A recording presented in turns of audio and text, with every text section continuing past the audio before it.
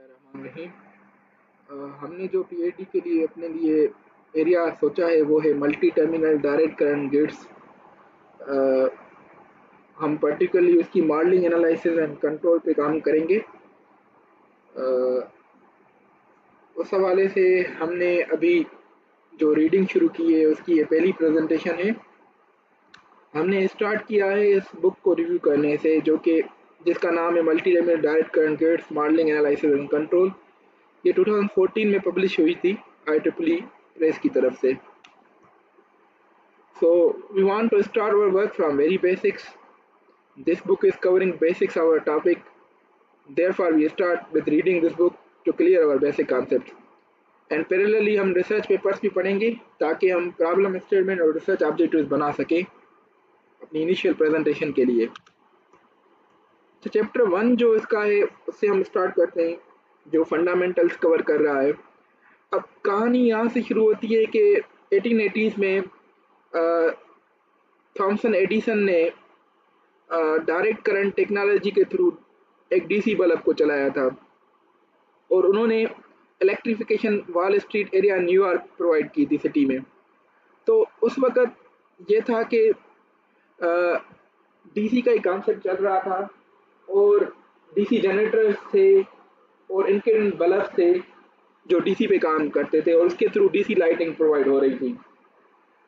So use of the DC was the only option for electric supply until Nikola Tesla advocated for the use of alternating AC form. अब हुआ ये था कि जो Thompson Edison का system था, वो जो डीसी जनरेटर्स थे वो फ्रेजाइल थे, वो इतने रोबस्ट नहीं थे, उनमें प्रॉब्लम्स आ रहे थे। तो लेटर ऑन थॉमसन एडिसन ने ये अपना इशू टेस्ला को बताया कि आप इससे कुछ कर सकते हैं तो करें। ये इशू है कि डीसी जनरेटर फ्रेजाइल हैं और रोबस्ट परफॉर्म नहीं कर रहे हैं। Later on Tesla came up with the idea of AC form, alternating current form.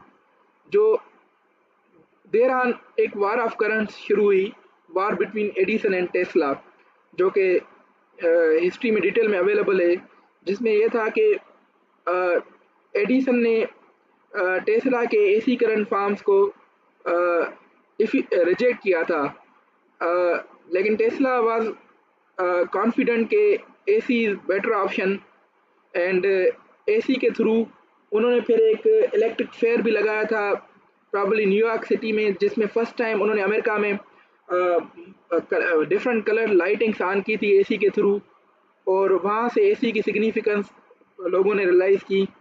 लेकिन फिर भी एडिसन ये कह के एसी को रिजेक्ट कर रहा था कि एसी इज़ नॉट लीगल, ये बहुत ख़तरनाक चीज़ है। उन्होंने फिर एनिमल्स पे डिफरेंट ट्राई करके ये दिखाया भी सही कि एसी कितनी ख़तरनाक है और एलिफेंट जैसे एनिमल को कैसे वो किल कर सकती है, या इस किस्म की वो जो चीज़ें थी वो एडिसन ने प्रूव की कि एक चेयर बनाई जिसमें ये दिखाया कि अगर हम एसी देते हैं तो उस चेयर पे लेटर से कोई चीज़ अगर लगी हुई है तो वो कितनी बुरी तरीके से तबाह हो रही है। मीन्स एसी के साइड इफेक्ट्स दिखाए और डीसी को एडवोकेट किया उस वक्त एडिसन ने, क्योंकि सारे पेटेंट्स जो एडिसन के बने हुए थे वो डीसी साइड पे थे। तो उसको रिजेक्ट करने के लिए इस वजह से एडिसन ने टेस्ला को रिजेक्ट किया, लेकिन बाद में ये रियलाइज़ हुआ आगे चल के कि एसी इस वार के बीच में उस वक्त विन कर चुकी थी। वजह विन करने की more efficient power transmission enabled by transformers step up step down कर सकते हैं तो पावर लॉसेस रिड्यूस हो जाते हैं और ट्रांसमिशन एसी की एफिशिएंट थी उस वक्त, तो उसने एसी ने ये वार जीत ली थी। फिर ड्यूरिंग द अर्ली 1950s दोबारा से डीसी टेक्नोलॉजी में इंटरेस्ट आना शुरू हुआ और जैसे ही लॉन्ग डिस्टेंस केबल ट्रांसमिशन की ज़रूरत बढ़ी, दोबारा से लोग डीसी की तरफ 1950s के अर्ली में सोचने लगे रिसर्चर्स के डीसी की तरफ हमें लॉन्ग ट्रांसमिशन लाइन में जाना चाहिए। सो वहाँ पर ये रियलाइज़ किया गया कि एसी केबल की जो पावर कैपेसिटी है वो रिड्यूस कर रही है drastically due to excessive charging current, even for moderate distance and voltage level necessitating the use of DC cables where no such limitation exist. अब चार्जिंग करंट का जो इफेक्ट था या फेरेंटी इफेक्ट था वो तो डीसी में अवेलेबल नहीं था, तो लॉन्ग ट्रांसमिशन के लिए वहाँ पर ये रियलाइजेशन हुई कि भाई डीसी इज़ बेटर। यहाँ पर मैं आपको चार्जिंग करंट का थोड़ा कॉन्सेप्ट डिस्कस करता चलूँ कि बेसिकली चार्जिंग करंट क्यों होता है।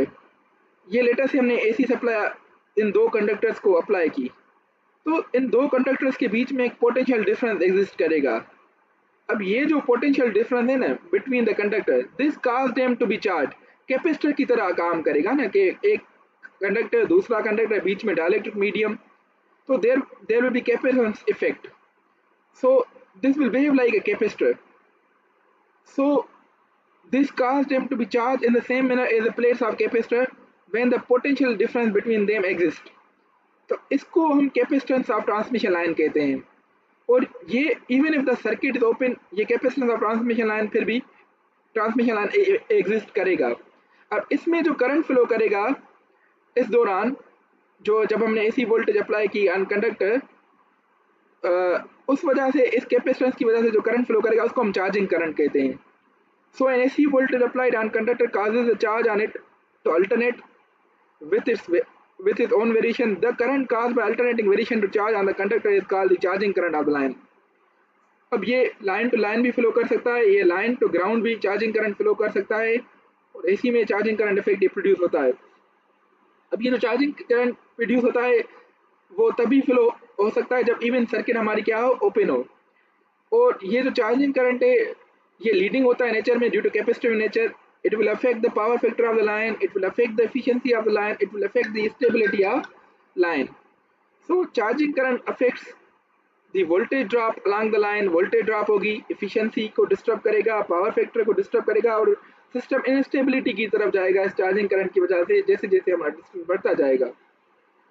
सो सिमिलरली ये जो फेरेंटी इफेक्ट है ये प्रोड्यूस होता है due to the charging current effect. और फेरेंटी इफेक्ट ट्रांसमिशन लाइन में एसी में ये से प्रोड्यूस होता है कि जब हाई और मीडियम ट्रांसमिशन लाइंस होती हैं, पर्टिकुलरली उनमें होता है कि नॉर्मली तो ये होता है आप सेंडिंग एंड पे लेटर से 32 के भी सेंड कर रहे हैं तो रिसीविंग पे भी आपको 31 पॉइंट समथिंग मिलेगा, जो कि नॉर्मल केस है। लेकिन फेरेंटी इफेक्ट में ये होता है कि 32 के भी आप भेज रहे हैं रिसीविंग एंड पे, उससे थोड़ा ज़्यादा ही आपको मिले, लेटर से 32 पॉइंट समथिंग। और ये कंडीशन अकर करती है जब आपने नो लोड हो या लो लोड हो या ओपन सर्किट हो। और ये इफेक्ट देखा था फेरेंटी ने कि जब नो लोड था या लो लोड था या ओपन सर्किट था तो यहाँ पर रिसीविंग एंड पे वोल्टेज सेंडिंग एंड से ज़्यादा आ रही थी, V R is greater than V S, और वो यूएलई जो होती है वो 5% होती है। और ये जो फेरेंटी इफेक्ट प्रोड्यूस होता है वो चार्जिंग करंट इफेक्ट की वजह से, जैसे मैंने अभी समझाया, इस वजह से प्रोड्यूस होता है। तो ये मसला था एक एसी में। तो फाइनली ये मसला डीसी में नहीं था, तो लोगों ने डीसी की तरफ आना सोचना शुरू किया कि क्या हम डीसी की तरफ जा सकते हैं, क्योंकि डीसी में ये लिमिटेशंस नहीं थी।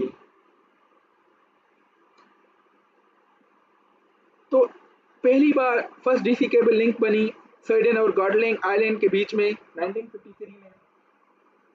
ऑलराइट, ये रियलाइज किया गया उस वक्त कि डीसी ज़्यादा कॉस्ट इफेक्टिव है for overhead transmission line if transmission distance is very high behind 1000 kilometer, where AC transmission capacity is increasingly limited due to stability considerations.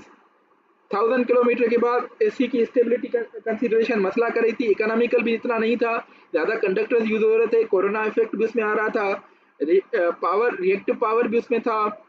Overall ये डिसाइड किया गया कि वहाँ पर डीसी ओवरऑल ज़्यादा इकोनॉमिकल हमें पड़ रहा है, तो डीसी की तरफ लोग जाना रिसर्च करना शुरू हो गए।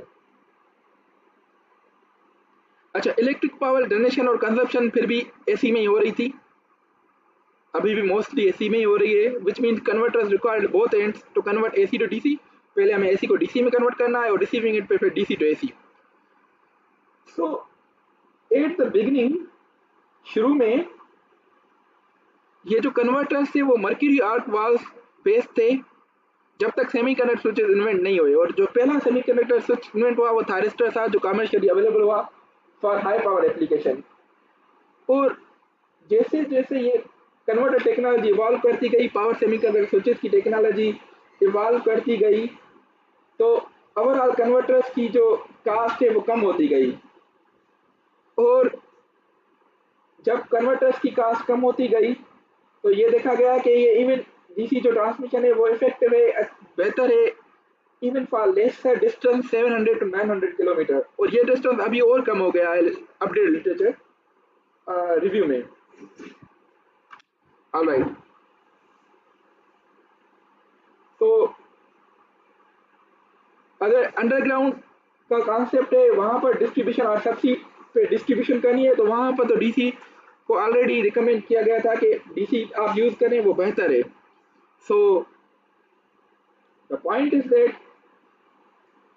until the late 1990s, HVDC converter stations were built with either mercury arc before the 70s or semiconductor switches which could be turned on in a controllable way but relied on polarity reversal of AC system voltage for turning off or commutation.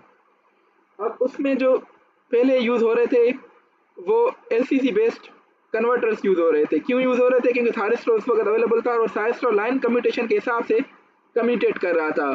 तो पहली जो technology थी वो use हो रही थी, वो LCC based converters use हो रहे थे। वो टेक्नोलॉजी मैच्योर हो गई, लोगों ने उसको यूज़ करना शुरू किया।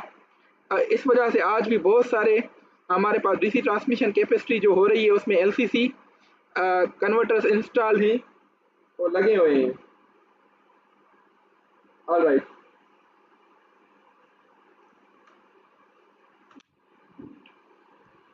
1997 that semiconductor switches with both अब 1997 में ये चेंज आई कि IGBT इंट्रोड्यूस हुए, जो जिसको हम कंट्रोल टर्न ऑन कर सकते थे और टर्न ऑफ कैपेबिलिटी उनमें थी। तो ये एक हमारे पास फुली कंट्रोल डिवाइस आ गई और इस फुली कंट्रोल डिवाइस ने इनेबल किया कि VAC कन्वर्टर्स मार्केट में आना शुरू हो गए।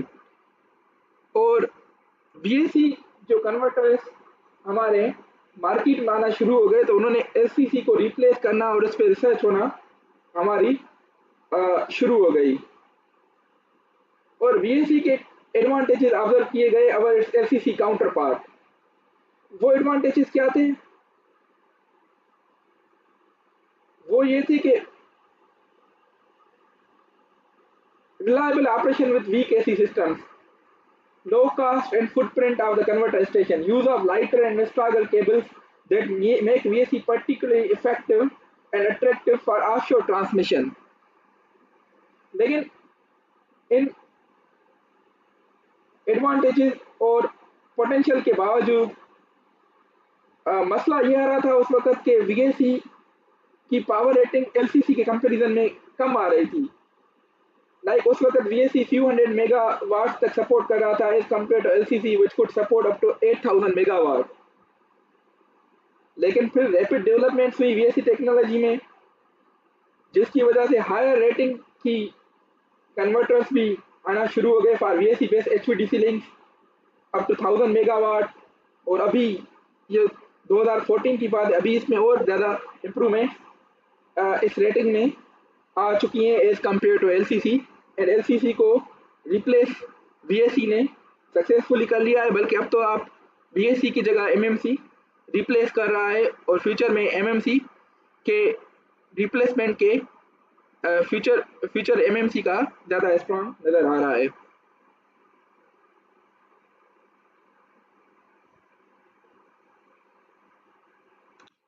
ऑलराइट, जो मोस्ट ऑफ HVDC लिंक्स हैं ऑपरेशन में जो आजकल वो 2 पॉइंट्स हैं, लेकिन अभी 2 पॉइंट्स से सिस्टम इम्प्रूव हो चुका है मेस्ट की तरफ, मेस्ट ग्रिड की तरफ, where more than 2 points of the connection to the AC system are connected, जिसको हम multi terminal direct current MTDC systems कहते हैं।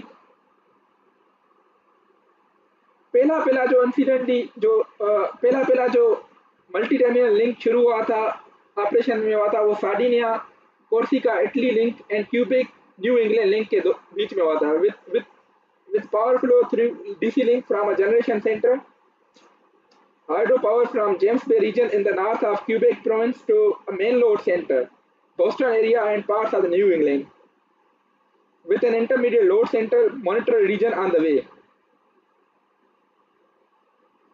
लेकिन शुरू में ये हुआ था कि मेस्ट एचवीडीसी ग्रिड को प्रैक्टिकली रियलाइज करने में बहुत चैलेंजेस आ रहे थे in initial time period.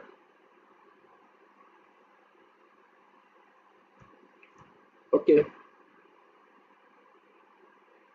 HVDC एक कास्ट इफेक्टिव सॉल्यूशन है लॉन्ग ट्रांसमिशन लाइन के लिए. इस पर हम बात कर चुके हैं, about 600 kilometre as well. Alright, अब जैसे जैसे रिन्यूएबल की तरफ वर्ल्ड आने लगा, रिसर्च होने लगी, तो ज़रूरत पड़ी कि विंड को इंटीग्रेट किया जाए ग्रिड के साथ, एक मेश नेटवर्क की तरफ जाया जाए.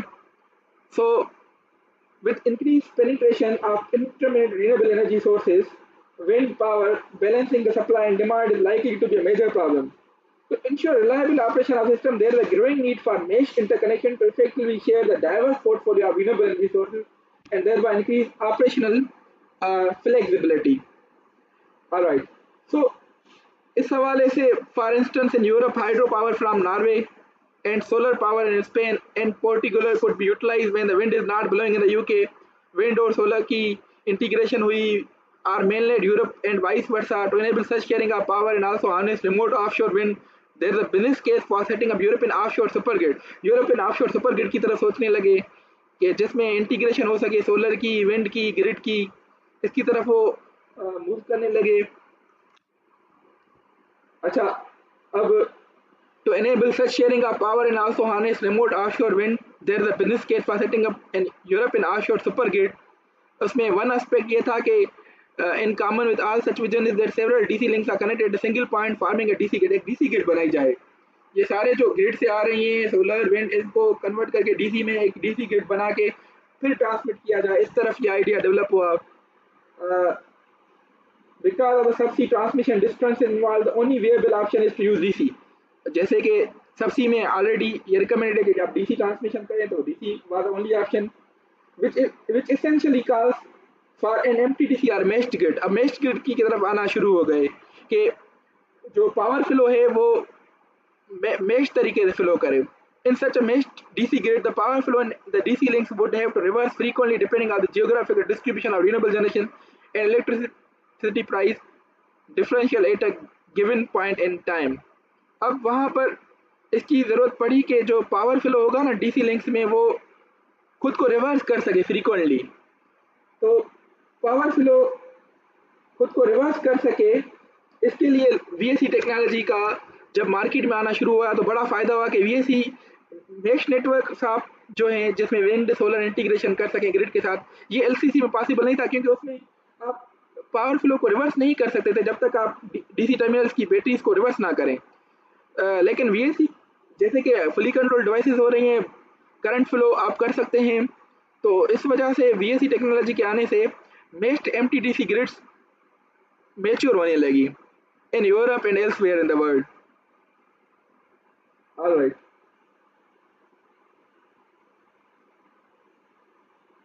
अब ये था कि जो वीएससी टेक्नोलॉजी हमें अलो करती है power flow reversals without altering the DC voltage polarity and is therefore only option for meshed DC grid.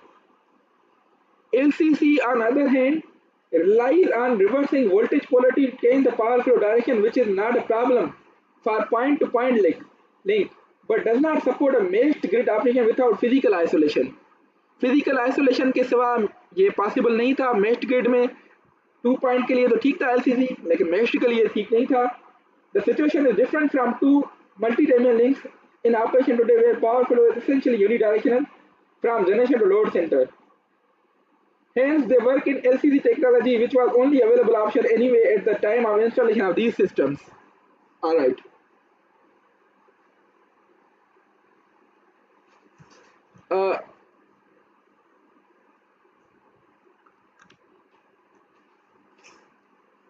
The business case for meshed MPTC grid based on the VSC technology is getting stronger in the world. China ने 5 terminal दूशान project complete किया VAC based MTDC grid का 2015 में. Now, despite tremendous potential, VSC MTTC grid is yet to be really realized in practice. Still, it is facing some challenges. लेकिन उसमें बहुत सारी improvement हो चुकी हैं. अब तो इम्प्रूवमेंट्स हो रही हैं एमएमसी में. ऑल राइट, कुछ टेक्निकल बैरियर्स अवेलेबल हैं जिस पे रिसर्च ऑनगोइंग है. There are several technical barriers. The manufacturer, network planners, and operators are trying to resolve to facilitate the deployment of an MTDC grid. जिसमें एक challenge ये है कि जो protection and fault current interruption है VSC MTDC grid में, this is the most challenging research and development problems that manufacturers and academia are presently engaged in. अब ये हो रहा है कि in case of any transient fault, अब transient fault अगर आ गया है तो किस तरीके से इसको हमें प्रोटेक्ट कराना है. डीसी सर्किट ब्रेकर इसमें कैसे प्रोटेक्ट करेगा. अगर सिर्फ डीसी सर्किट ब्रेकर्स पे काम हो रहा है तो लिटरेचर में ये फाइंड किया गया है कि वो एक्सपेंसिव हमें पड़ रहा है अगर हाइब्रिड डीसी सर्किट ब्रेकर्स को अलोन हम यूज़ कर रहे हैं. अगर सिर्फ और सिर्फ हम ये कर रहे हैं कि लेटर से एमएमसी है कन्वर्टर आपका, उसकी हम डायनामिक्स को इम्प्रूव कर रहे हैं, उसकी इंटरनल डायनामिक्स को इम्प्रूव करके हम फॉल्ट ब्लॉकिंग कैपेसिटी एमएमसी में अगर इंट्रोड्यूस कर रहे हैं तो उसकी भी एमएमसी की फिर कास्ट और प्राइस बढ़ जाती है. तो अब इस तरफ काम चल रहा है कि कैसे इन दोनों हाइब्रिड डीसी सर्किट ब्रेकर और एमएमसी को कोऑर्डिनेट करके ट्रांजिएंट फॉल्ट्स को ओवरकम किया जाए. इस पर भी रिसर्च ऑनगोइंग है. ऑलराइट,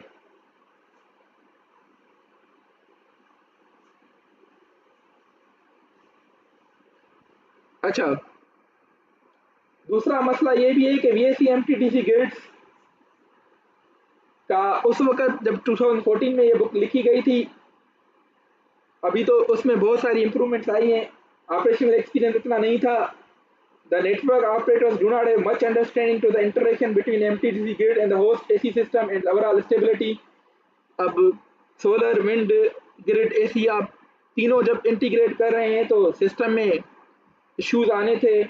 होस्ट AC सिस्टम को आप कैसे हैंडल करेंगे, ये इश्यूज आने थे. उसकी स्टेबिलिटी को कैसे इंश्योर करेंगे, ये इश्यूज उस वक्त बहुत चैलेंजिंग थे. इस वक्त भी इस पर ऑनगोइंग काम चल रहा है कि इसको कैसे फर्दर इम्प्रूव करते जाएं हम.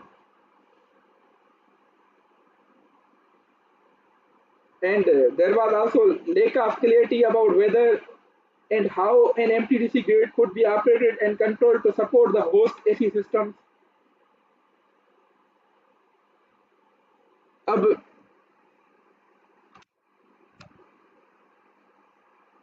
the prerequisite is to studying the above in systematic way is to develop a generic modeling and stability analysis framework for VSC MTDC grids that is compatible with those for conventional AC systems.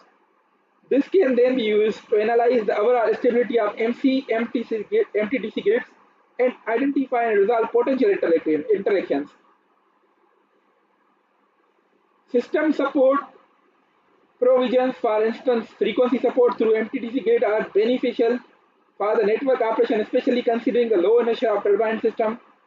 However, they need to be exercised carefully to avoid adverse interactions leading to potential overall instability.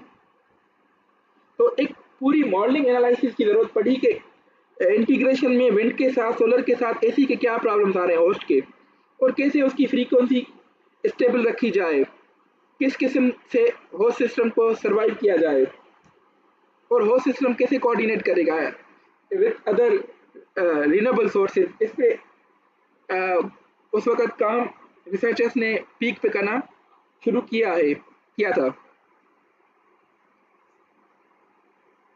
All right. A comprehensive modeling and analysis and control design framework aimed at evaluating the impact and potential benefits of DC grids on the surrounding AC network is the subject matter of this book.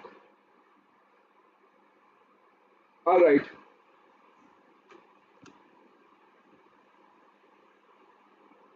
A generic modeling framework for MTDC grid is developed वो develop किया गया, enabling easy integration of the MTDC grid model with multi-machine AC system model for stability studies. अब एक particular concern ये था कि how MTDC grid would react to large outage of one or more converter station and thus resulting power imbalance. अगर एक इनमें से एक कोई पावर स्टेशन कन्वर्टर काम करना शुरू कर ले खराब हो जाता है, किसी वजह से फॉल्ट अगर कर लेता है, तो उस पावर इम्बैलेंस को दूसरा कन्वर्टर कैसे रिप्लेस करेगा, इस पे काम होने लगा. Sharing the burden of such loss power mismatch has to be appropriate in order to minimise impact on neighbouring AC system. क्योंकि ये लाजमी था कि अगर एक कन्वर्टर स्टेशन काम करना शुरू खत्म कर ले, कोई मसला आ जाए तो दूसरा उसको रिप्लेस करे. अदरवाइज अगर रिप्लेस नहीं करेगा तो neighbouring AC system host system collapse करेगा और ओवरऑल सारा का सारा सिस्टम कोलेप्स करेगा. तो यहाँ पर कॉन्सेप्ट आने लगा कि काम होने लगा ड्रूप कंट्रोल पे. The drupe control for autonomous power sharing in MTDC grid, जो इस बुक में कवर भी है.